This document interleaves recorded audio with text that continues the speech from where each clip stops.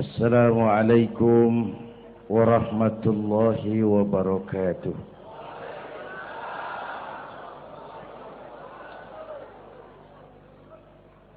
Alhamdulillahilladzi asra bi'abdihi laylan minal masjidil haram ilal masjidil aqsa. Wassalatu wassalamu ala Sayyidina Muhammadin wa ala alihi wa ashabihi ahli sidqi wa tuqa, amma ba'du. Para ulama, para habaib yang saya muliakan, wabil khusus Fadilatul Mukarram Sahibul Bait Kiai Haji Uji Turtusi, yang terhormat Bapak Wali Kota Tangerang, Bapak Haji Wahidin Halim, hadirin hadirat ma'asyiral muslimin yang saya cintai.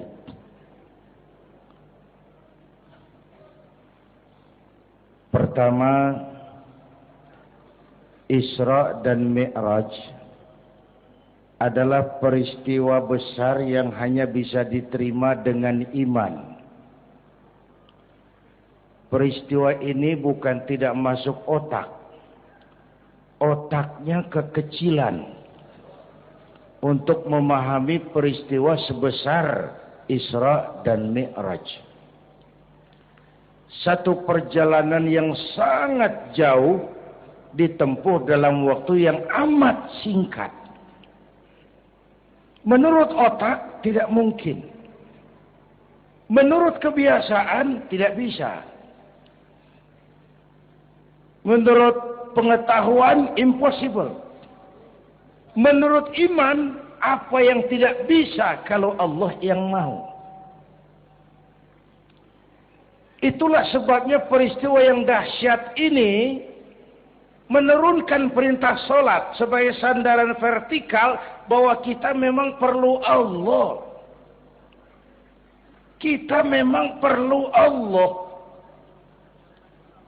Itu sebabnya tempo hari lewat TV saya katakan hidup yang paling tenang itu hidup model tukang parkir. Baik tingali dah. Oh, pakai tingali. Tukang parkir di pasar, coba lihat. Biar mobil banyak, mereknya bagus-bagus, nggak pernah sombong. Belum selesai, dengerin dulu, belum selesai. Nanti mobil pergi satu demi satu, habis sama sekali. Dia nggak sedih. Mobil banyak nggak sombong, mobil habis nggak sedih. Kunaon? Apa kunaon ini? Lah, sok poho deh ya. Kenapa bisa begitu? Ini nyengir tapi mikir, Pak. Ada muatan ini. Tukang parkir tidak merasa memiliki, tapi merasa dititipi. Siapapun yang merasa memiliki, mesti takut kehilangan. Tapi kalau merasa dititipi, jabatan, harta, anak, istri, itu semua sekadar titipan. Hiduplah seperti tukang parkir. Pertama, titipan tidak boleh bikin kita jadi sombong. Dititipin kok sombong. Nggak pantas dong. Pak Zainuddin titip mobil ya, silakan. Yang punya mobil pergi, saya petatang, peteteng. Emangnya mobil kamu? Orang cuma nitip, dititipi kok sombong. Ada orang dititipi jabatan oleh Allah, sombong. Ada enggak? Ada enggak? Ada. Namanya Fir'aun. Tuh pejabat-pejabat sombong anak buah Fir'aun semua.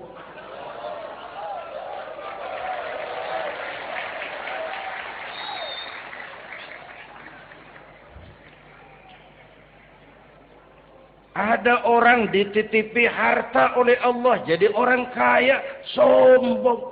Mentang-mentang kaya sama tetangga nggak mau kenal.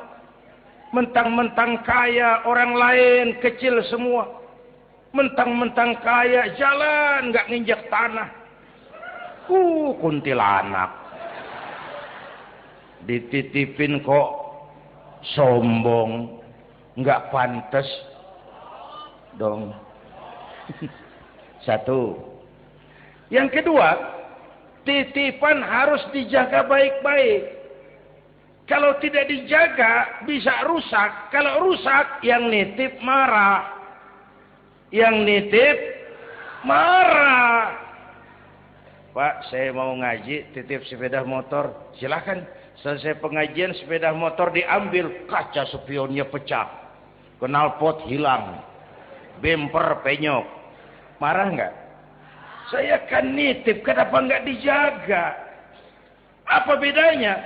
Allah nitip anak 3 orang di rumah kita. Nggak dijaga. Yang satu mabuk, yang satu judi, yang satu ngerampok. Yang nitip marah. Allah nitip harta kepada kita. Jadi orang kaya. Supaya bantu pesantren, bangun rumah sakit, bantu yatim, tolong yang lemah, bela yang perlu. Pelitnya 17 setan. Yang nitip marah. Sudah nggak pakai dong. Sekarang yang makro. Allah titip Indonesia. Hai rakyat, ini Indonesia. Aku titip, kata Allah. Ini titipan mahal karena ditebus dengan keringat, air mata, darah dan nyawa. Aku titip Indonesia. Ini negara besar. Buminya subur. Di bawah perut buminya ada gas, minyak, batu bara. Kekayaan negeri ini dikuasai oleh negara. Tapi harus digunakan bagi sebesar-besar kemakmuran rakyat. Itu amanat. Disalahgunakan, dikorupsi. Yang nitip. Ini kan musim din-din ini lagi nggak enak bulan-bulan ini nih. Nazarudin, Syarifudin, yang ceramah Zainuddin lagi ini.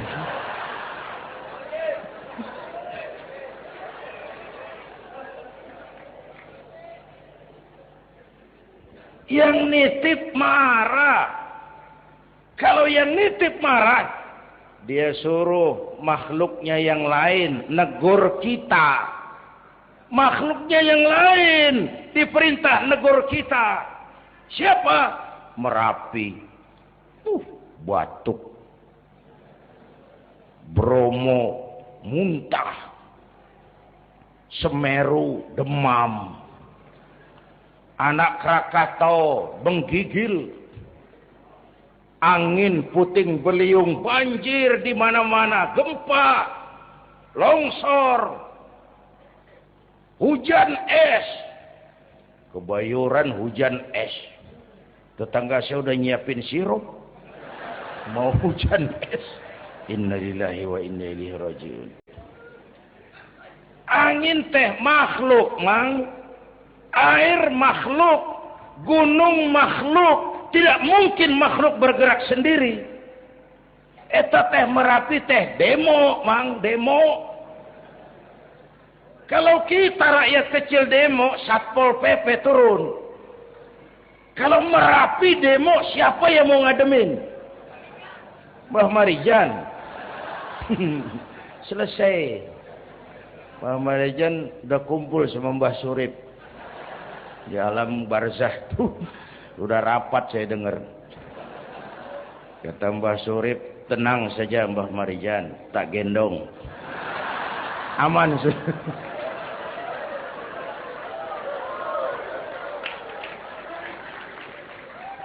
Apa artinya ini? Kita perlu Allah. Kita perlu Allah. 100 tahun kita bangun. Selesai oleh gempa 5 menit. Itu Jepang negara maju, dihantam gempa, lumpuh. 9,2 Richter, belum selesai tsunami, gelombang laut 10 meter naik ke darat. Masih belum selesai, reaktor nuklir bocor. Radioaktif gentayangan merenggut nyawa, terutama yang di Daiichi dan Fukushima. Fukushima tahu kan? Itu dari Cikupa ke kanan. Ya, dekat-dekat situlah.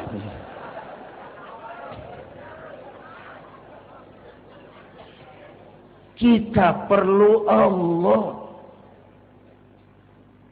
Palingan, apa palingan? Pantesan lah.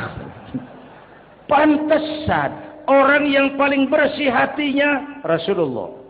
Orang yang paling baik akhlaknya Rasulullah. Orang yang sudah dapat jaminan ampun atas segala dosa Rasulullah. Tapi baginda Rasul kalau sholat malam bengkak kakinya karena rajin sujud. Saya perlu Allah. Dosa sudah diampuni. Akhlak paling baik. Hati bersih. Tapi kalau sholat malam kakinya bengkak karena rajin sujud. Allahumma sholli alaihi. Saya tahu di pasar Kemis juga banyak yang kakinya bengkak.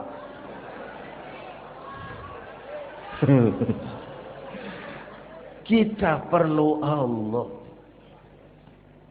Itulah sebabnya dengan Isra Mi'raj turun perintah sholat agar kita punya senderan. Saya senderan ke tiang, tiangnya roboh, saya jatuh. Saya senderan ke tembok, temboknya ambruk, saya jatuh. Saya senderan sama orang kaya, dia jatuh miskin, saya selesai. Saya senderan sama jenderal, dia pensiun, saya selesai. Tapi kalau saya senderan kepada Allah, Allah tidak akan pernah miskin, tidak akan pernah berkurang kekuasaannya, tidak akan pernah lumpuh dan seterusnya. Karena itu memperingati Isra Mi'raj, ayo dengan semangat memantapkan keimanan. Ini zaman entertain. Orang pada pinter bikin bungkusan. Hati-hati sekarang banyak minyak babi cap unta. Sekarang ini kiai sama dukun tipis bedanya. Tuh kalau muncul di TV kadang-kadang kita bingung, kiai apa dukun sih? Pemburu hantu pakai sorban. Ntar kiai gue suruh pakai helm. Atribut aja udah kacau sekarang. Ini zaman entertain, orang pandai bikin bungkusan.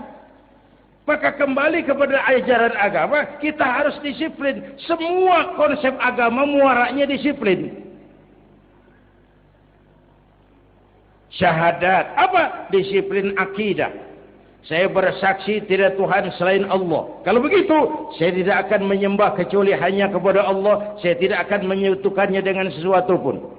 Lalu, saya bersaksi Nabi Muhammad utusan Allah. Kemudian, Nabi terakhir. Lalu, tidak ada Nabi sesudah beliau. Harga mati, titik. Disiplin. Berapa kali kita sudah dibohongi Nabi pandemi palsu? Mulai dari Ahmad Musodik ya, pelatih badminton jadi nabi. Innalillahi wa inna ilaihi raji'un. Dapat wahyu di Bogor. Padahal di Bogor biasanya orang dapat talas itu. Dapat wahyu.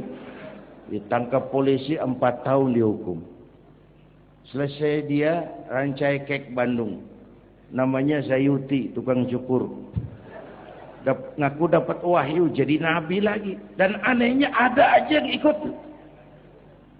Selesai lalu pindah ke Jakarta, Lia Edan ngaku Jibril, ditangkap di polisi, dihukum 2 tahun, 3 bulan lalu sudah bebas.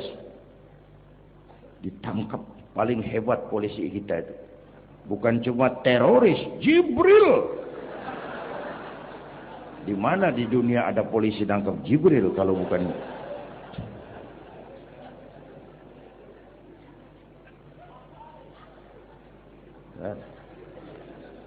Terakhir yang aneh lagi, menurut catatan Bakor Pakemnya Kementerian Agama RI, antara Cirebon Losari, batas Jawa Tengah Jawa Barat itu muncul agama baru namanya agama Jasun. Agama Jawa Sunda. Jasun. Yang jadi nabi Tugimin. Tugimin. Saya bilang ini jangan jadi nabi, jadi kiai juga kurang angker kok nih. Al-Mukarram Bapak Kiai Tugimin. Enggak ngangkat loh. Yang gak enak selawatnya. Kalau kita kan nikmat tuh tadi. Ya Habibi ya Muhammad. Asyik rasanya itu. Coba ganti sama yang tadi. Enggak serem Pak. Ya Habibi ya Tugimin. Enggak enak tuh. Enggak enak. Saudara-saudara, di Isra Mi'raj ada potret. Ketika di Masjidil Aqsa, malaikat Jibril datang nemui baginda Nabi. Bawa 2 gelas minuman, arak, susu. Ya Muhammad, pilih, ambil, minum. Mantap, tidak ragu-ragu, Nabi mengambil gelas yang isinya air susu. Dengan bismillah beliau minum. Selesai minum, kata malaikat Jibril, Saddaqta ya Muhammad, laqad asabtal haq. Kau benar Muhammad, pilihanmu tepat. Emangnya kenapa Jibril? Kalau arak yang kamu pilih, kamu ambil, kamu minum, habis umatmu jadi pemabuk semua. Ini potret Pak. Itu yang tiap hari kita hadapi, yaitu arak, susu, benar, salah, hak, batil, ma'ruf, munkar, halal, haram. Hati-hati. Jangan salah pilih, karena ini zaman entertain. Banyak minyak babi cap onta. Kalau minyak onta cap babi itu masih halal. Ini minyak babi cap onta. Kita terpedaya melihat merek onta. Iya. Mereknya onta, gambarnya onta, isinya minyak babi. Berapa bulan yang lalu ada penyanyi pencipta lagu mati. Namanya Ari Bowo. Masih ingat lagunya? Bercerita tentang madu di tangan kananmu, racun di tangan kirimu. Kalau itu situasinya, memilih tidak sulit. Kenapa? Alamat jelas. Madu di kanan, racun di kiri. Masa ambil yang di kiri? Goblok amat. Si amat saja tidak goblok. Sekarang ini alamat dibikin samar. Madu di mana, racun di mana tidak jelas. Lebih celaka lagi sekarang. Banyak racun bermerek madu. Banyak racun bermerek madu. Kita terpedaya, terpesona, terpukau. Akhirnya salah pilih. Maka resepnya, jangan jauh dari ulama, makmurkan majelis taklim. Ini zaman entertain, orang pandai bangun pencitraan. Tuh, satu hal pertama yang ingin saya sampaikan. Iya, saya lihat jam doang. Sampai pagi. Yang kedua, ketika perjalanan dimulai, ada suara dari sebelah kanan. Muhammad, berhenti sebentar. Jangankan berhenti, menoleh saja tidak. Kanan selamat dari kiri. Muhammad, berhenti sebentar. Menoleh pun tidak. Kanan kiri selamat dari arah depan. Ada perempuan tua. Pakaiannya menyolok. Lipstiknya tebal. Nenek-nenek pakai blue jean. Muhammad, berhenti sebentar. Menoleh pun tidak. Sudah lewat, kata malaikat Jibril, untung kamu tidak menoleh Muhammad. Kenapa Jibril? Panggilan kananmu Yahudi. Kalau kamu menoleh, umatmu cenderung Yahudi. Panggilan kirimu Nasrani. Kalau kamu menoleh, umatmu gandrung kepada Nasrani. Itu perempuan tua dengan pakaian menyolok, itu dunia Muhammad. Dunia teh sudah tua, tapi karena dipoles, dibangun, dipoles, dibangun, dibangun, dipoles, orang nggak terasa kalau dunia sudah tua. Berebut harta, berebut warisan, sama juga berebut nenek-nenek. Makan habisin. Ini perjalanan, ini pun potret. Panggilan Yahudi, panggilan Nasrani, panggilan dunia, materialisme, hedonisme, berat sekarang ini. Berapa malam lalu saya masuk Serpong. Saya sedang lihat Serpong berubah jadi kota satelit. Bangunannya bagus-bagus. Saya telisik, sekolahnya Don Bosco, Santa Maria, Santa Ursula. Gerejanya, mbahnya gereja dibangun di pojok. Serpong. Awas panggilan Nasrani. Saya masuk Bekasi, Sukmajaya. Sekolahnya Yayasan Penabur. Mulai dari TK sampai perguruan tinggi. Gerejanya besar. Awas panggilan Nasrani. Bahkan di Karawang mereka sudah bangun kuburan mahal. San Diego. Ada teman saya pengusaha bikin pesen kuburan 200 meteran itu 5 miliar. Karena tanahnya berbukit, bergunung, indah dan malaikatnya rada baik. 5 miliar.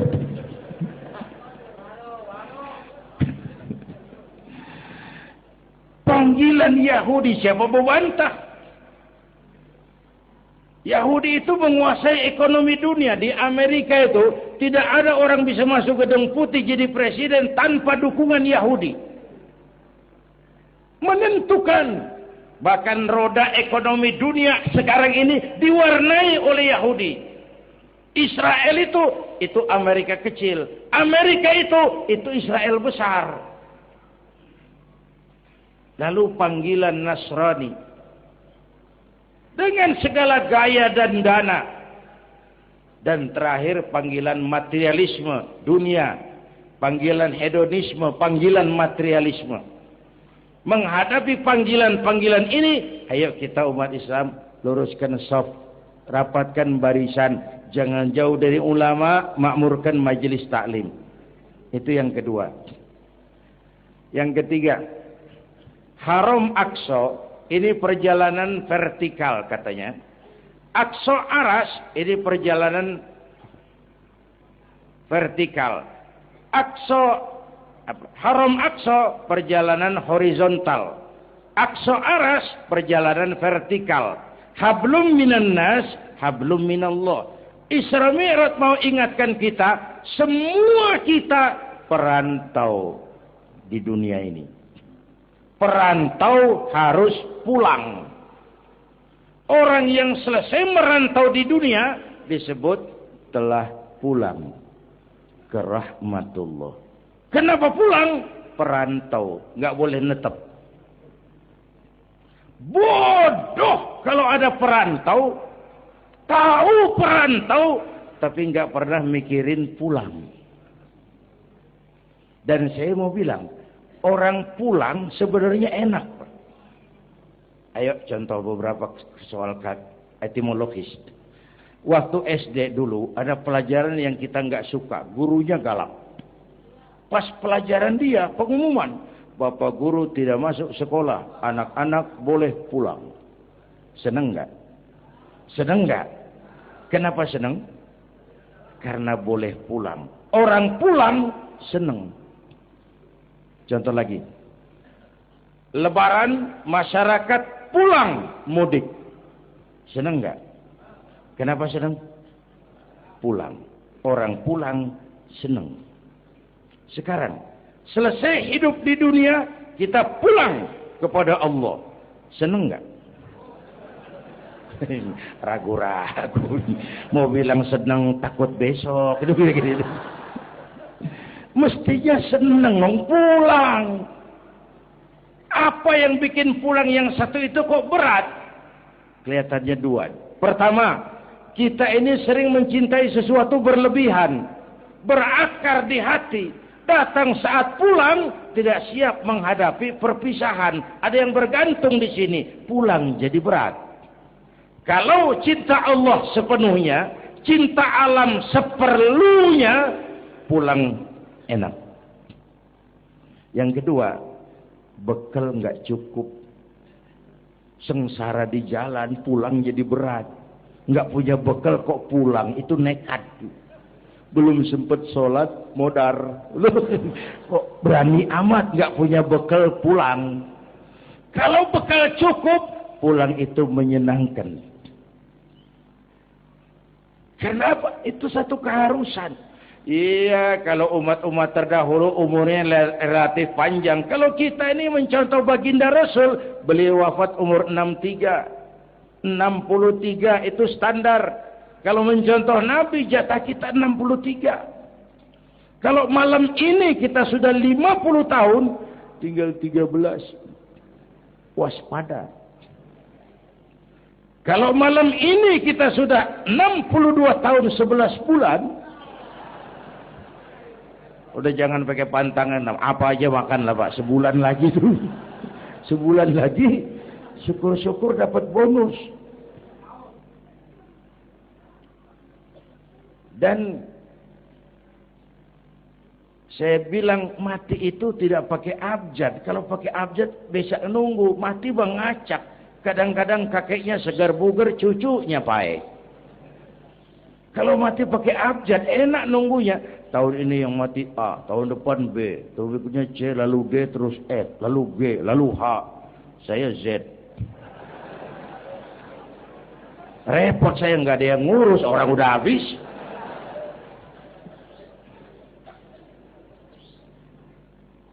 Bapak Ibu hadirin, malah aneh. Jam 6 pagi sopirnya mati. Jam 10 siang, 4 jam kemudian Mbah Suripnya yang mati. Sebelum mati dia pesan sama teman saya W.S. Rendra, Mas, saya kalau mati tolong dikubur di bengkel teater Depok. Monggo, dikubur sama Rendra sih. Belum seminggu Rendranya ngikut, mati. 1 bulan sebelum Rendra, lebih dahsyat lagi, Michael Jackson mati. The King of Pop, Raja Pop dunia, mati. Apalagi penyanyi keroncong, lebih mati lagi. Ada hidup sesudah mati, ada akhirat sesudah dunia. Semua kita perantau, dan perantau harus pulang. Bapak Ibu hadirin yang saya hormati, oleh karena itu, dengan semangat itu, ayo kita tingkatkan ibadah kepada Allah Subhanahu. Penutup, Isra Mi'raj itu filter. Setelah terjadi peristiwa itu kelihatan, yang beriman makin mantap. Ini golongan Abu Bakar Siddiq. Yang kafir makin kurang ajar. Ini golongan Abu Jahal, Abu Lahab, Abu Sufyan, dan abu-abu lain kumpul di situ. Yang ragu-ragu kafir lagi. Ini kristalisasi. Maka dengan memperingati Isra Mi'raj ditambah dengan semangat sholat berjamaah, ayo kita jaga kesatuan, persatuan, kerukunan, dan kekompakan. Bapak Ibu hadirin yang saya hormati, saya bersyukur walaupun belum pernah hadir, tapi saya tahu tiap minggu pagi pengajian Kiai Uci ini dibanjiri oleh jamaah. Alhamdulillah. Kita doakan beliau diberikan kekuatan dan pengajian jalan terus sampai kira-kira kiamat, kurang seminggu. Jangan sampai kiamat lah, ngeri. Saudara-saudara, itu yang kita perlukan sekarang.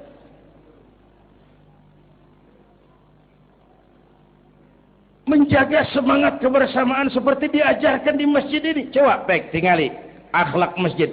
Siapapun masuk masjid, copot sendal, buka sepatu.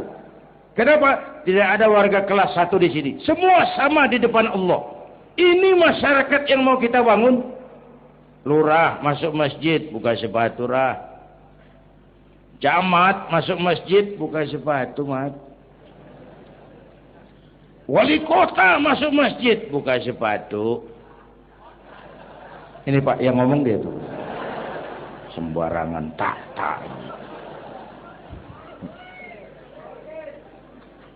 Gubernur masuk masjid, buka sepatu nur. Presiden masuk masjid, buka sepatu den. Ini masyarakat yang mau kita bangun. Kan keadilan di negeri kita ini masih mahal. Hukum masih sering seperti pisau, tajam ke bawah, tumpul ke atas. Kalau yang kecil salah, hukum cepat-cepat ditegakkan. Yang besar salah, cicing wae pura-pura tenyaho. Itu yang melukai rasa keadilan. Bapak Ibu hadirin yang saya hormati, itu yang melukai rasa keadilan. Kalau mau lapor kehilangan ayam, itu harus jual kambing. Ingin menang berperkara, jual sapi. Ngurusin ayam hilang kok jual kambing, jual sapi. Itu harga keadilan yang harus kita bayar.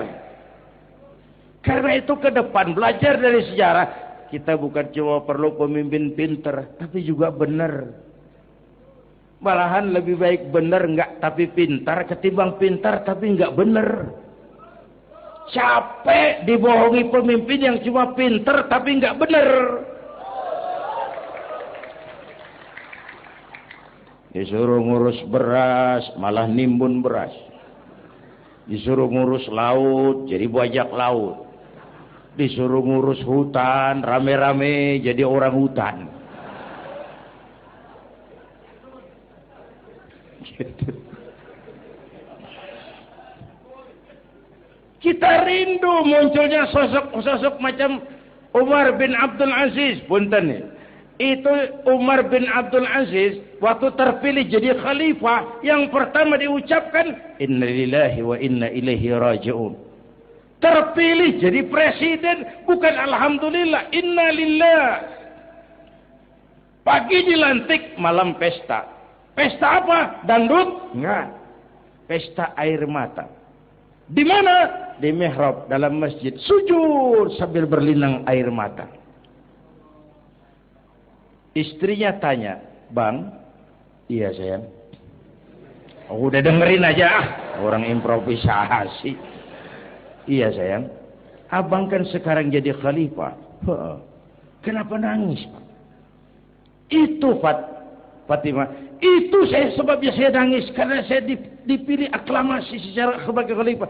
Setelah jadi pemimpin yang terbayang oleh saya, yatim piatu yang merintih kelaparan, janda-janda tua yang perlu bantuan, rakyat saya yang belum bisa menemukan haknya secara wajar, saya takut saya zalim kepada mereka. Saya nangis mohon pertolongan Allah." Pagi dilantik, malam pesta, tahajud. Esok harinya karena pemimpin baru, banyaklah pejabat-pejabat gubernur cari muka. Namanya presiden baru, ada yang kirim emas, pakaian mahal, berlian, mutiara, dikumpulkan sama istrinya. Umar tanya, "Fatimah?" "Iya bang." "Banyak hadiah yang kau terima?" "Banyak bang, intan, berlian, mutiara, emas." "Kau senang?" "Saya senang bang." "Oke, kalau kau senang itu hadiah intan, berlian, mutiara, kumpulkan sebanyak-banyaknya dan besok kita cerai. Tapi kalau kau sayang saya, itu hadiah intan, berlian, mutiara, jual. Uangnya masukkan baitul mal untuk ngurus rakyat kita." Apa jawab istrinya? Istrinya pun istri beriman, gak mentang-mentang istri pejabat lalu ikut-ikutan borong proyek suaminya. Kata Fatimah, "Abang?" "Iya sayang." "Apalah artinya intan berlian tanpa engkau di sisiku bang?"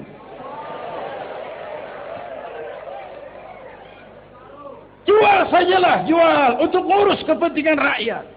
Yang nyata-nyata hadiah pribadi dijual ngurusi rakyat. Jangan yang sudah nyata-nyata milik rakyat masih disunatan."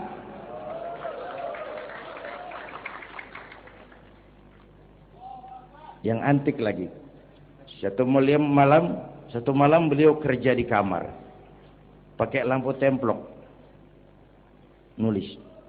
Datang seorang tamu. "Assalamualaikum ya Amirul Mukminin." "Waalaikumsalam." "Silakan duduk." "Ada apa?" "Enggak, cuma mau ngobrol." Ngobrol. "Urusan pribadi khalifah, kita kan teman lama." "Oke, baik." Beliau berdiri, lampunya dipadamkan, ditiup, mati, gelap kamar. "Ayo kita ngobrol." Tamunya heran. Ya khalifah. Iya. Kita kan mau ngobrol. Iya. Kenapa lampu dimatiin? Begini, Mas. Mau tamunya dari Jawa waktu itu. Dengerin aja kenapa sih? Gini lah Mas.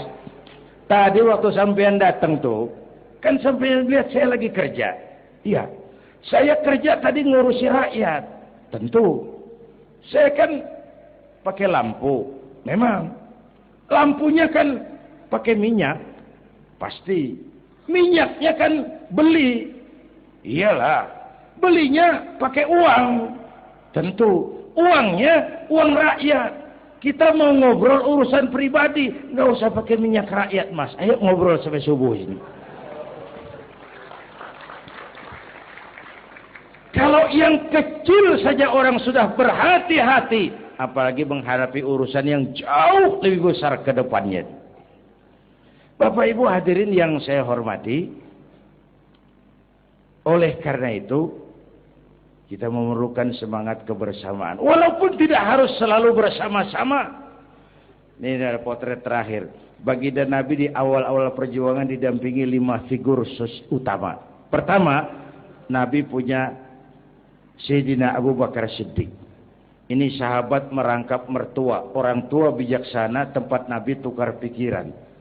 Kampung itu enak kalau ada yang dituain. Yang kedua, beliau punya Umar bin Khattab, Al-Futuhat Al-Islamiyah. Imam tapi jenderal, jenderal tapi imam.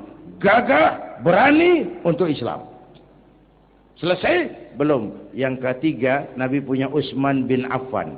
Pengusaha tapi santri, penyandang dana.